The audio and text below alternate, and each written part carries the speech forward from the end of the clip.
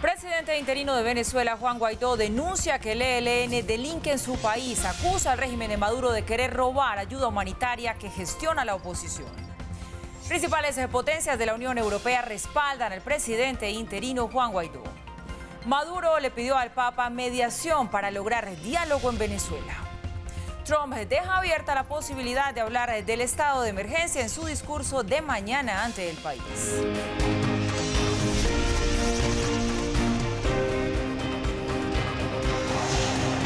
Red Más Internacional. Bienvenidos y muy buenas noches. Gracias por acompañarnos a esta hora en esta nueva emisión de Red Más Internacional que empieza justo en este momento y hablamos de Venezuela. Seguimos atentos a la situación del país vecino y hay que decir que el presidente interino Juan Guaidó pues hoy ha hecho denuncias. Denunció que el ELN delinque en ese país. También señaló al régimen de Maduro de querer robar la ayuda humanitaria que gestiona la oposición y advirtió que el gobierno chavista intenta trasladar fondos públicos a Uruguay. Desde la sede de la Asamblea Nacional, Juan Guaidó denunció la presencia del ELN en Venezuela y se refirió a José Aldemar Rojas Rodríguez, el conductor del vehículo que explotó el 17 de enero en la Escuela de Cadetes General Santander en Bogotá.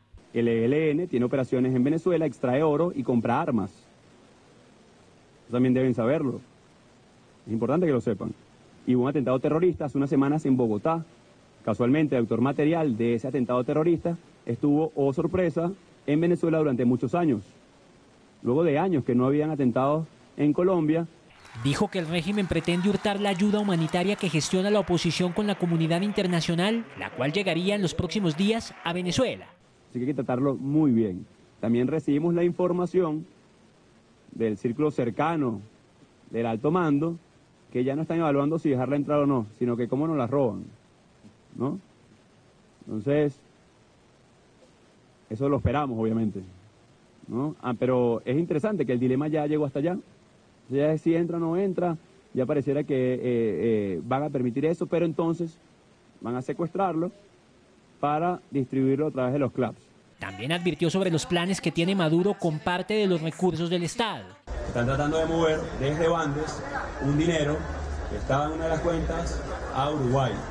Entonces, el llamado es a Uruguay en este caso, que no se presten para que roben de parte del dinero. Podemos estar hablando entre 1.000 y 1.200 millones de dólares. Entonces, para trasladarlo a Bandes de Uruguay. Y agradeció el respaldo que le brindaron desde el viejo continente. Y este reconocimiento de Francia, Liberté, Igualité, Fraternité, de Alemania, de España, del Reino Unido, de Polonia, de Lituania, de Bélgica, de la República Checa, Portugal, Estonia, de más de 20 países, es el reconocimiento a ustedes, venezolanos, que nunca han dejado de luchar, ni nunca lo dejaremos de hacer hasta lograr la democracia. Guaidó aseguró que las próximas movilizaciones en Venezuela tendrán como propósito proteger la ayuda humanitaria que llegará al país. Las principales potencias europeas encabezadas por el jefe de gobierno español Pedro Sánchez reconocieron a Juan Guaidó como presidente interino de Venezuela.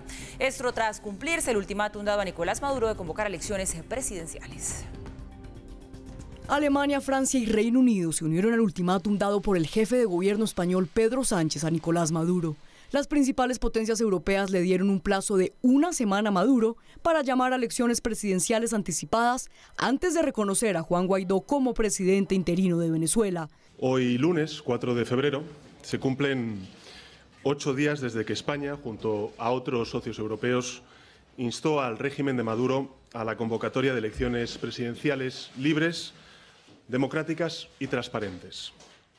Llegado este día y sin que se haya dado paso alguno en esta dirección por parte del régimen de Maduro, España fue el primero en reconocer a Guaidó. El gobierno de España anuncia que reconoce oficialmente al presidente de la Asamblea de Venezuela, al señor Guaidó Márquez, como presidente encargado de Venezuela. Y sin haber pasado siquiera un minuto desde las declaraciones de Sánchez, el Reino Unido también manifestó su apoyo a Guaidó, con la esperanza de que los resultados de las próximas elecciones en Venezuela sean la luz al final del túnel de la crisis humanitaria que vive el país sudamericano. Nicolás Maduro no ha llamado a elecciones presidenciales en el plazo de 8 días, así que el Reino Unido, junto con sus aliados europeos, reconoce a Juan Guaidó como presidente interino constitucional hasta que se lleven a cabo elecciones creíbles. Esperamos que esto nos acerque al fin de la crisis humanitaria. La canciller alemana Angela Merkel se sumó a España y el Reino Unido y desde Japón anunció su apoyo a Juan Guaidó como presidente interino de Venezuela,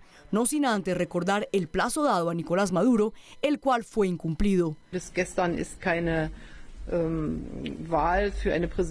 Hasta ayer no fueron llamadas ninguna elecciones presidenciales, por lo tanto Guaidó es ahora la persona con la que estamos hablando y quien esperamos inicie un proceso electoral lo antes posible. Y él es el presidente interino legítimo para esta tarea desde el punto de vista de Alemania y también desde la perspectiva de muchos aliados europeos. Y esperamos que este proceso sea bastante corto y pacífico. El presidente de Francia, Emmanuel Macron, hizo lo mismo a través de su cuenta de Twitter. Los venezolanos tienen el derecho de expresarse libremente y democráticamente. Francia reconoce a Juan Guaidó como presidente encargado para implementar un proceso electoral. A este efecto dominó iniciado por el jefe de gobierno español, también se sumaron los países nórdicos Suecia, Finlandia y Dinamarca, así como también lo hicieron los gobiernos de Bélgica, Luxemburgo, Holanda, Croacia, Chipre, Portugal, Polonia, Austria, República Checa y los países bálticos Estonia, Letonia y Lituania, países a los que Juan Guaidó agradeció por medio de su cuenta de Twitter. También se pronunció el Grupo de Lima, abogó por un cambio de gobierno en Venezuela sin el uso de la fuerza y pidió a las fuerzas militares que respalden a Guaidó. La próxima reunión será celebrada en Colombia. Instado a las Fuerzas Armadas Nacionales de Venezuela a reconocer a su comandante en jefe, Juan Guaidó, que es el presidente encargado de Venezuela. Esta fue una de las conclusiones a las que llegaron los cancilleres del Grupo de Lima reunidos en Canadá, en donde trataron los pasos a seguir con respecto a la crisis política que atraviesa Venezuela. Hemos acordado finalmente que los países del Grupo de Lima reiteran su apoyo a un proceso de transición pacífica a través de medios políticos y diplomáticos sin el uso de la fuerza. Otro de los 17 puntos de la declaración final indica que los cancilleres acogen con gran satisfacción la solicitud del presidente encargado Juan Guaidó de incorporar al legítimo gobierno de Venezuela al Grupo de Lima y le dan la bienvenida. Nosotros seguimos hoy, lamentablemente, en dictadura. También acordaron pedirle a la Fuerza Armada Nacional Bolivariana que permita el ingreso y tránsito de ayuda humanitaria, luego de que el primer ministro de Canadá, Justin Trudeau, anunciara que destinará $40 millones para ayudar a cubrir las principales necesidades de la población venezolana. A la reunión de hoy asistieron representantes de Estados Unidos y la Unión Europea, así como los ministros de Asuntos Exteriores de los 14 países fundadores del Grupo de Lima, excepto México, que tras la llegada a la presidencia del país de Andrés Manuel López Obrador, se ha distanciado del grupo en su postura hacia Venezuela. Por su parte, Nicolás Maduro le envió una carta al Papa Francisco en la que le pide ayuda para entablar un diálogo con la oposición. Este hecho sucede a la par del rechazo por parte del régimen del reconocimiento de varios países de Europa, como ya veíamos a Juan Guaidó. En un acto con militares en donde celebraba los 27 años de la rebelión bolivariana, Maduro arremetió contra el jefe del gobierno español Pedro Sánchez por reconocer a Juan Guaidó como presidente interino de Venezuela. Dios no lo quiera, pero si algún día se concretara el golpe de Estado, si algún día se concretara una intervención militar gringa, sus manos, señor Pedro Sánchez, quedarán llenas de sangre, como quedaron las manos de José María Aznar en la guerra de Irak. Quedará manchado en sangre para siempre y la historia lo recordará como un pelele que se puso al servicio de la política guerrerista, intervencionista de Donald Trump. También habló del espaldarazo de varios países de Europa al mandatario interino del país caribeño. A Venezuela no le pone ultimátum nadie. Ni usted, señor Pedro Sánchez, ni nadie en el mundo. Venezuela es un país soberano, libre, independiente y le pertenece a nuestro pueblo. Rechazó las gestiones que adelanta la oposición para enviar ayuda humanitaria a Venezuela. A Venezuela no se le puede hacer una promesa falsa de una supuesta ayuda humanitaria. A Venezuela hay que convocarlas al trabajo, a la producción, al crecimiento de nuestra economía. No somos mendigos de nadie. Ordenó un despliegue de armamento por 8 regiones del país para los ejercicios programados entre el 10 y el 15 de febrero. Vamos a desplegar todo nuestro sistema de armas, artillería, todo el sistema misilístico, a desplegarlo, a afinarlo. Porque yo sí le puedo decir al pueblo de Venezuela, como presidente de la República Constitucional que soy, como comandante en jefe de la Fuerza Armada Nacional Bolivariana, es que nosotros no vamos a entregar nuestra patria. Jamás vamos a rendir las armas y las banderas de la República ante el imperialismo yanqui. Sin embargo, en entrevista para la cadena de televisión Sky 24, Maduro confirmó el envío de una misiva al sumo pontífice. Yo le envié una carta al Papa Francisco, espero que ya esté en camino o haya llegado a Roma, al Vaticano, diciéndole que yo estoy al servicio de la causa de Cristo. Y en ese espíritu le he pedido que nos ayude a un proceso de facilitación, de fortalecimiento del diálogo. Además de Maduro, el canciller Jorge Arreaza lanzó duros señalamientos contra el presidente de Estados Unidos, a quien calificó de esta manera. La expresión, la encarnación del capitalismo mismo. Donald Trump es así, déspota, racista, supremacista, discriminador, arrogante, prepotente, no le importan los demás. Lo que él es la expresión del capitalismo. A través de este comunicado, la Cancillería venezolana anunció que revisará integralmente las relaciones bilaterales con los países del viejo continente que reconocieron como presidente interino a Juan Guaidó. Entre tanto, continúa y sigue creciendo el descontento con Nicolás Maduro. En las últimas horas, varios militares y funcionarios diplomáticos expresaron su respaldo al mandatario interino, a Juan Guaidó. Pese a que Nicolás Maduro busca demostrarle al mundo que cuenta con el respaldo de los militares, los hechos parecen demostrar lo contrario. En las últimas horas, Carlos Vázquez González, capitán de aviación, se le reveló. Recapaciten, abra los ojos, desconozcamos a Nicolás Maduro Moros, reconozcamos a nuestro comandante en jefe Juan Guaidó. A él se unió el coronel del ejército José Enrique Vázquez Álvarez. Hago un llamado a todos los integrantes de nuestra Fuerza Armada en todos sus rangos, grados, que hoy 4 de febrero nos pongamos el uniforme para abrir las puertas de la libertad y que sean los soldados junto a su verdadero pueblo quienes retomemos las sendas democráticas, desconociendo la dictadura. Este grupo de policías del estado Trujillo también desconocieron al régimen. Desconocemos el régimen narcodictador de Nicolás Maduro. A ellos se sumó el capitán Carlos Gullón Celis, quien dijo ser compañero de armas de Hugo Chávez. Compañeros de armas, nosotros los militares debemos desenfundar nuestras espadas para cortar las cadenas que oprimen a nuestro pueblo por voluntad de los tiranos comunistas y acompañar en el intento al nuevo presidente Juan Guaidó en la restitución y reconstrucción de nuestra patria. Todos ellos, además del embajador de Venezuela ante Irak, Jonathan Velasco, y el general de aviación Francisco Llanes Rodríguez, hicieron parte de una serie de militares y diplomáticos que en las últimas horas reconocieron a Juan Guaidó como mandatario de Venezuela, lo que hace pensar que Maduro se está quedando cada vez más solo. Y atención a esto, hoy también se conoció que Estados Unidos estaría evaluando la posibilidad de levantar sanciones económicas a quienes apoyen el restablecimiento de la democracia en Venezuela. Así lo dio a conocer la subsecretaria de Estado para América Latina a través de Twitter. El gobierno de Estados Unidos considerará levantar sanciones que hayamos impuesto o impondrá a cualquiera que tome acciones concretas, significativas y verificables para apoyar el orden democrático y combatir la corrupción en Venezuela. Estados Unidos considera la posibilidad de levantar las sanciones impuestas a quien tome acciones para apoyar el orden democrático en Venezuela.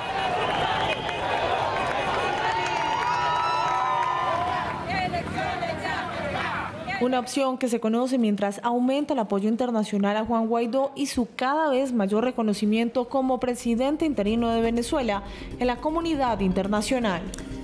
Bueno, pues teníamos ya ahí todo un contexto acerca de lo más reciente, de lo que ha ocurrido en relación a Venezuela, este país que tiene 2 presidentes, más países se suman al reconocimiento, y Nicolás Maduro, pues por supuesto, también hace lo propio rechazando todo este apoyo que tiene en este momento Juan Guaidó. Hablamos de esto, de las últimas noticias, de lo último que se conoce con nuestro invitado, Xomi Las Heras, periodista venezolano radicado aquí en Colombia y colaborador del portal Tal Cual. Xomi, bienvenido nuevamente, qué gusto verlo. Muy buenas noches y un placer estar contigo y con tu audiencia aquí. Mira, antes de meternos en las preguntas técnicas y ya profesionales, me gustaría preguntarle a usted como venezolano, ¿cómo ha vivido estas últimas horas? Por ejemplo, las marchas del fin de semana que fueron multitudinarias. ¿Usted qué sintió? Bueno, pues uno está muy pendiente, por supuesto, de todos los servicios informativos, de las redes sociales a las que uno tiene acceso para seguir lo que está pasando. Realmente uno sigue pues con angustia y con mucho interés profesional también lo que está pasando. Las marchas fueron, me parece muy importante que lo indiques, porque cuando se empieza a hablar de tantos temas internacionales relacionados con la crisis, uno se olvida lo que está pasando en Venezuela, ¿no? Entonces, la movilización del pueblo venezolano, que está viendo una crisis económica terrible, es realmente que llama la atención, ¿no? Porque son movilizaciones multitudinarias, no solamente en Caracas, que son las que más se reseñan, sino también en las principales y hasta en las ciudades medias y pequeñas, donde ha habido movilizaciones muy importantes, y lo que significa que a pesar de las penurias económicas que está viviendo el país, donde la gente a veces tiene que ir más bien a hacer una fila para conseguir algún bien que necesita para comer o algún servicio, pues bueno, está dedicando su tiempo a respaldar además a sus líderes que están comandando hoy en día pues toda la política de la oposición. Bien, pues hoy tenemos ya ese reconocimiento de 19 países de la Unión Europea a Juan Guaidó como presidente interino. Lo hacen cada uno de los estados de manera independiente, no en la Unión Europea como bloque, porque Italia no está de acuerdo y las decisiones de política exterior de la Unión Europea deben tomarse en bloque. Esa es la razón de que se lo hayan tomado por separado. Pero bueno, esto es importante, son 19 países. ¿Realmente esto que tanto le cierra el cerco a Maduro ya en la práctica es relevante? ¿Por qué es relevante? Bueno, es muy importante porque bueno, los países europeos son países económicamente muy importantes con los que Venezuela ha tenido históricamente relaciones de todo tipo, económicas, políticas, incluso de contingentes europeos de europeos que fueron a vivir a Venezuela, españoles, italianos, portugueses, centroeuropeos. Entonces realmente es muy importante esta decisión. Incluso estás mencionando el tema de Italia, que parece ser que es uno de los países renuentes, pero hoy está habiendo una declaración del presidente de Italia pidiéndole al gobierno italiano que se pronuncie sobre el caso de Venezuela. Así que hay que esperar ahí a ver qué desarrollo hay en Italia. Pero el resto, los principales países europeos, España, Francia, el Reino Unido, Alemania, Holanda, Bélgica, Suecia, muchos más países también del este europeo como Polonia, se han pronunciado y es una lista que creo que está llegando a los 20. Y es importantísimo, Xiomín, porque esto se va a traducir muy seguramente en más sanciones, en que le cierran el cerco financiero a Maduro, porque si reconocen a Guaidó como presidente, pues ya no harían ningún tipo de transacción y la permitirían con el gobierno de Nicolás Maduro. Bueno, y es muy interesante. Por un lado, creo que están apretando las tuercas, pero por otro lado, Europa también ha conformado un grupo de contacto que va a buscar algún tipo de solución más por el lado diplomático, ¿no? Entonces, ahí se diferencia un poquito la política europea de la norteamericana, ¿no? Europa está utilizando un poco lo que es el garrote por un lado y la zanahoria por el otro, así una política diferente que se diferencia de la norteamericana y que creo que puede ser muy interesante para buscar algún tipo de solución negociada, pacífica, a este problema, ¿no? Que es lo que la población en definitiva también está esperando. Bueno, otro hecho importante de las últimas horas es la entrega de ayuda humanitaria de Estados Unidos a Venezuela. Xiomín, ¿va a poder darse? ¿Y qué tanto pone esto realmente entre la espada y la pared a Nicolás Maduro y a las fuerzas militares? Porque esta es una orden que da Guaidó, recibir esta ayuda humanitaria. Las fuerzas militares no reconocen a Guaidó, entonces ¿qué van a hacer? ¿La van a dejar entrar o no? Y Nicolás Maduro, al negarse a dejar entrar esa ayuda humanitaria, pues imagínese, o sea, con un pueblo que está en contra de él, viendo que no dejan que los ayuden, ¿qué va a pasar ahí? Yo creo que con esta medida se persiguen varios objetivos. Por un lado, buscar dar asistencia humanitaria, surtir a los hospitales, por ejemplo, que están totalmente desabastecidos en Venezuela. Si eso se lograra hacer, sería un punto muy importante para la oposición porque significa que tiene fuerza para lograr que eso se haga. Ahora, indudablemente, y tú lo estás poniendo ahí, el escenario de que las fuerzas militares no lo permitan.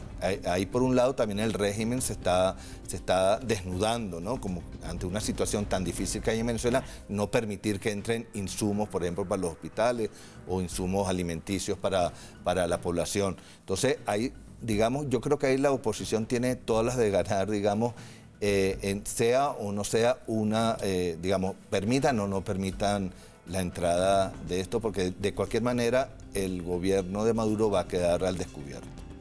Cuéntenos un poquito cuál es la situación en cuanto a alimentos, en cuanto a medicamentos en Venezuela, porque entendemos es imperativo que esta ayuda humanitaria realmente pueda darse, la gente se está muriendo. Sí, bueno, te decía, a nivel de hospitales e insumos médicos es terrible, así los hospitales están totalmente desabastecidos, la cobertura para enfermedades crónicas, por ejemplo como la diabetes o el SIDA, por ejemplo, pues son absolutamente, no hay cobertura o es muy, muy deficiente.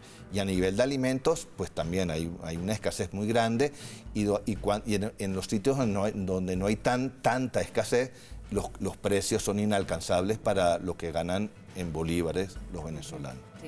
La semana pasada, Chomín, empezó a circular un rumor de que podría venir un traspaso de poder de Nicolás Maduro a Diosdado Cabello, que Nicolás Maduro abandonaría el país y se quedaría como presidente de Diosdado Cabello. ¿Qué tanto ha escuchado usted de eso? ¿Qué tan posible y viable lo ve? Porque pues no sería la salida que estamos esperando, esto sería más de lo mismo, incluso peor. Bueno, indudablemente estos rumores han venido circulando y Maduro está muy cercado, como todos lo hemos visto. Es posible que en algún momento, digamos, producto de todo este cerco, Maduro, digamos, como gobierno de Maduro, pues pueda caer. Y es posible que de repente, en un primer momento, pueda haber gente, digamos, afín al chavismo que conserven el poder de alguna manera. Esto no necesariamente, digamos, es malo porque puede ser una transición que debería ser indudablemente muy rápida, ¿no?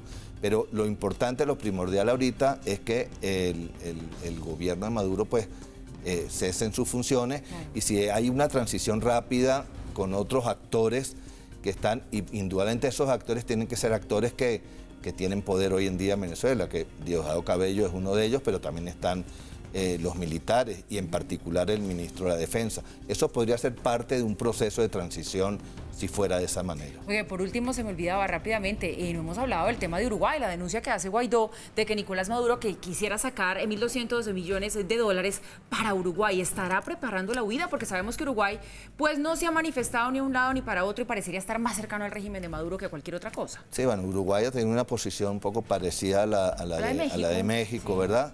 Pareciera que puede haber una cierta relación ahorita con el grupo de contacto que está creando Europa, ¿no?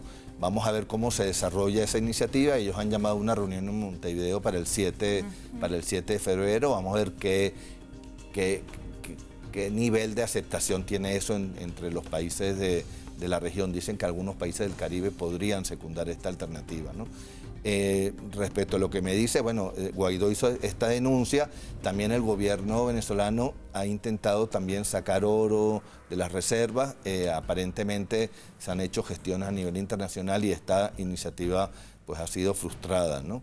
Pero indudablemente eso forma parte del cerco financiero que tiene Venezuela en este momento y el gobierno está viendo formas de ver cómo se salta este cerco que está siendo objeto. El régimen está ahogado y eso no es un secreto para nadie. Pues bien, Chomín Las Heras, periodista venezolano, colaborador del portal Tal Cual Digital, nos ha acompañado hoy hablando acerca de lo que pasa en su país, en Venezuela. Muchas gracias y buenas noches. Muchas gracias a ti, Paula. Seguimos ahí en contacto para ver cómo avanzan las cosas en Venezuela. Pausa y ya regresamos. Estamos de regreso y seguimos avanzando a esta hora con la información internacional. Con un gobierno dividido en medio de desacuerdos y aplazamientos, mañana será el discurso del Estado de la Unión de Donald Trump, el segundo desde que llegó a la Casa Blanca. A solo horas del discurso del Estado de la Unión, crece la expectativa sobre los anuncios que podría hacer el presidente de Estados Unidos. Seguridad nacional, crisis en Venezuela y una eventual segunda cumbre con el jefe del régimen norcoreano Kim Jong-un son algunos de los temas esperados. Inicialmente el discurso del Estado de la Unión estaba programado para el 29 de enero. Coincidió con el cierre de gobierno ordenado por Trump que inició el 22 de diciembre, aunque fue reabierto el pasado 25 de enero. Quedó como el cierre de gobierno más largo en la historia de Estados Unidos. Trump había amenazado con el cierre si los demócratas no aprobaban los 5.700 millones que exigía para el muro fronterizo. Hasta el 25 de enero fue reabierto el gobierno. Previamente, la presidenta de la Cámara de Representantes, Nancy Pelosi, Pelosi le había sugerido a Trump aplazar el discurso. Aseguraba que debido al cierre, muchos de los empleados afectados que no recibían sueldo hacían parte de la seguridad para los eventos, por lo que no era conveniente llevar a cabo el discurso en medio del cierre. Trump aceptó aplazarlo y quedó para este 5 de febrero. Crece la expectativa, ya que en varias oportunidades ha amenazado con decretar emergencia nacional sobre la crisis fronteriza. Trump adelantó que su discurso estará centrado en la unidad, un discurso que se dará ante una sesión conjunta del Congreso, en medio de las negociaciones para tener el gobierno abierto y financiar el muro que exige Trump como parte del acuerdo. Atrás de él estará sentada la presidenta de la Cámara de Representantes, Nancy Pelosi, quien finalmente logró que Trump cediera y aplazara su discurso, además de poner fin al cierre de gobierno. La audiencia contará con una cifra récord de mujeres en el Congreso. Se espera también que Trump nuevamente se refiera a su inocencia sobre la llamada trama rusa en medio de las investigaciones del fiscal especial Robert Mueller, además de sus vínculos con Rusia durante la campaña. Entre los temas clave estará la inmigración, la protección de los trabajadores estadounidenses, infraestructura, reducción de costos de atención médica y seguridad nacional. Stacey Abrams será la encargada de dar la respuesta demócrata, así lo anunció el líder demócrata del Senado, Chuck Schumer. Seguimos en Estados Unidos. El Pentágono desplegará 3.750 efectivos en la frontera con México. Buscan con esto ofrecer apoyo adicional a los agentes de aduanas y también de protección fronteriza. El Departamento de Defensa anunció el envío de más de 3.000 militares adicionales a la frontera sur de Estados Unidos, un despliegue que elevará la cifra total de fuerzas activas apoyando al personal de la Oficina de Aduanas y Protección Fronteriza en la región. Las unidades adicionales estarán desplegadas durante 90 días. Inicialmente, el Pentágono aprobó el despliegue de tropas en servicio activo en octubre del año pasado, antes de las elecciones legislativas de noviembre. Con este envío habrá un total de 4.350 militares en la frontera, un anuncio que llega horas después del discurso del Estado de la Unión, donde se espera que una vez más Donald Trump defienda la construcción de su muro en la frontera con México. Con este despliegue, las tropas tienen dos tareas puntuales, como monitorear las cámaras de vigilancia de Arizona, California, Nuevo México y Texas, además de instalar aproximadamente 240 kilómetros en alambre de púas entre los puertos de entrada.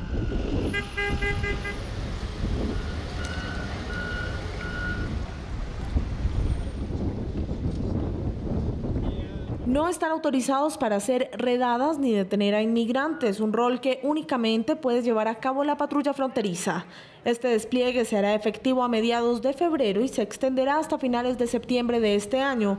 En este momento hay 2.350 soldados desplegados en los estados de California, Arizona y Texas. El Papa Francisco llegó a Abu Dhabi, convirtiéndose así en el primer máximo representante de la Iglesia Católica en poner un pie en la península arábiga. En su viaje número 27, desde que fue elegido como sumo pontífice, Francisco arribó a la capital de Emiratos Árabes. Ahí fue recibido por el príncipe heredero Mohammed bin Zayed Al Nahyan, en un país que, aunque la gran mayoría de sus habitantes profesan el islamismo, viven alrededor de 1.200.000 católicos que se aglomeraron en el centro de la ciudad para ver de cerca al Papa. Espero recibir su bendición y conocerlo por primera vez, que es por lo cual estoy en Medio Oriente. Francisco se dirigió hacia el Palacio de Mushrif, acompañado de su amigo el gran imán Ahmed Al-Tayyib, en donde mantuvieron una conferencia interreligiosa. El Papa envió un fuerte mensaje a quienes utilizan la religión para hacer el mal. Por lo tanto, en el nombre de Dios el Creador, toda forma de violencia transcurre sin vacilación, porque es una profanación seria del nombre de Dios usarla para justificar el odio y la violencia contra el hermano. No hay violencia que pueda ser justificada religiosamente. Francisco, en un viaje histórico al convertirse en el primer máximo representante de la Iglesia Católica en poner un pie en la península arábiga, pidió a Dios velar por quienes están sumidos en las guerras civiles de Yemen, Siria y otros países árabes. Ante nuestros ojos están sus nefastas consecuencias. Estoy pensando en particular en Yemen, Siria, Irak y Libia. Juntos, hermanos, en la única familia humana deseada por Dios, comprometámonos contra la lógica del poder armado, contra la monetización de las relaciones, los armamentos de las fronteras, el levantamiento de muros, las arcadas de los pobres. El Papa Francisco, invitado de honor a Abu Dhabi, también fue recibido por niños, sin duda su debilidad, quienes le entregaron al sumo pontífice ofrendas como símbolo de una calurosa bienvenida. Y volvemos a Europa porque en la capital rusa se presentó un fuerte incendio en un edificio residencial. Las autoridades ya confirmaron la muerte de 7 personas y abrieron una investigación para saber qué inició las llamas. Momentos apocalípticos vivieron los residentes del centro de Moscú. Según el Ministerio de Emergencia, el incendio empezó a la 1 de la mañana en el 5º piso de un edificio construido en 1914 y rápidamente se propagó hacia los otros apartamentos y pisos. Los bomberos comenzaron a derribar la puerta. Lo abrí y les dije que todo estaba bien y que no hay nadie más en el apartamento. Continuaron rompiendo otras puertas. Eso es todo. El apartamento está completamente quemado ahora. Pese a los esfuerzos del cuerpo de bomberos para apagar las llamas, algunas personas murieron calcinadas. 6 personas han muerto. No se sabe si hay una 7ª víctima. Quizás hagan prueba de ADN. Podría ser un gato, un perro o de pronto partes de alguna víctima ya reconocida. Así que está entre 6 y 7, pero parece que serán 7. Las autoridades confirmaron la muerte de la 7ª persona. 4 horas tardaron los bomberos en extinguir por completo las llamas que dejaron en cenizas entre 750 y 1000 metros cuadrados del edificio, principalmente en los pisos 5 y 6. Las autoridades están llevando a cabo una investigación para conocer las razones del incendio. El grupo de búsqueda del jugador argentino Emiliano Sala encontró los restos de la avioneta en la que viajaba camino a Cardiff y un cuerpo sin vida que no han logrado identificar. Las esperanzas de su familia y seguidores de encontrarlo con vida son, por supuesto, cada vez menores.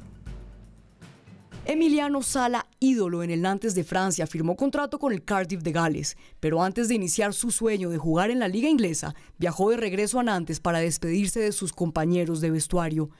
El presidente del Cardiff le prestó su avioneta y el 21 de enero regresó a la capital de Gales. Mientras sobrevolaba el Canal de la Mancha, la aeronave desapareció.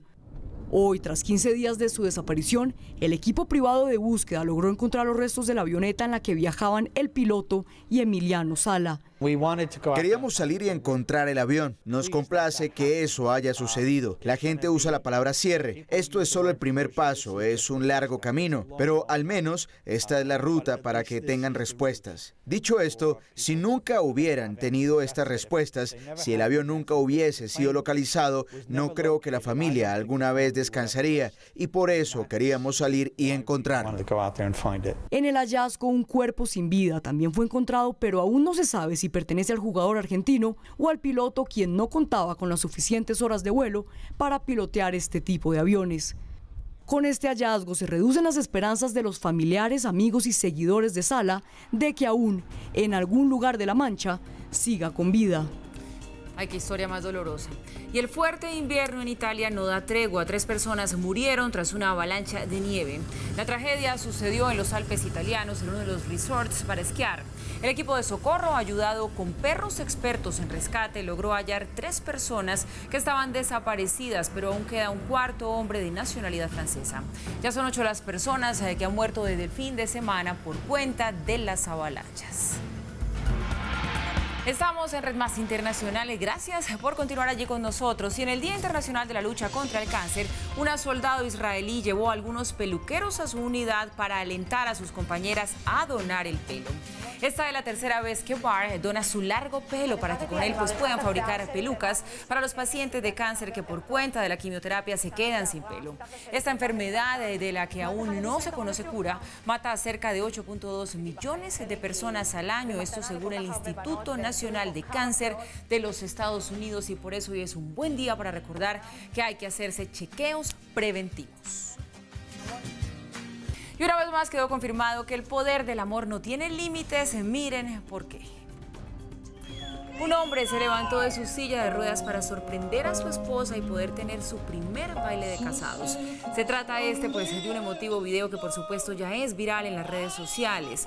Junto al novio aparecen su padre y también su hermano, quienes lo ayudan a permanecer de pie. Allí está ese momento maravilloso. La boda se llevó a cabo el 9 de enero en Brasil, pero hasta ahora se conoce la conmovedora imagen. El novio sufrió un accidente de moto hace 5 años que lo dejó en situación de discapacidad de la cintura para abajo, pero aquí pues creo que queda algo memorable para esta pareja y también una lección de amor muy bella. Bueno, y así con emotividad llegamos al final de esta emisión de Red Más Internacional. Gracias por su compañía. Sigan en nuestra programación que ya viene al punto con nuestro director Juan Lozano. Buenas noches.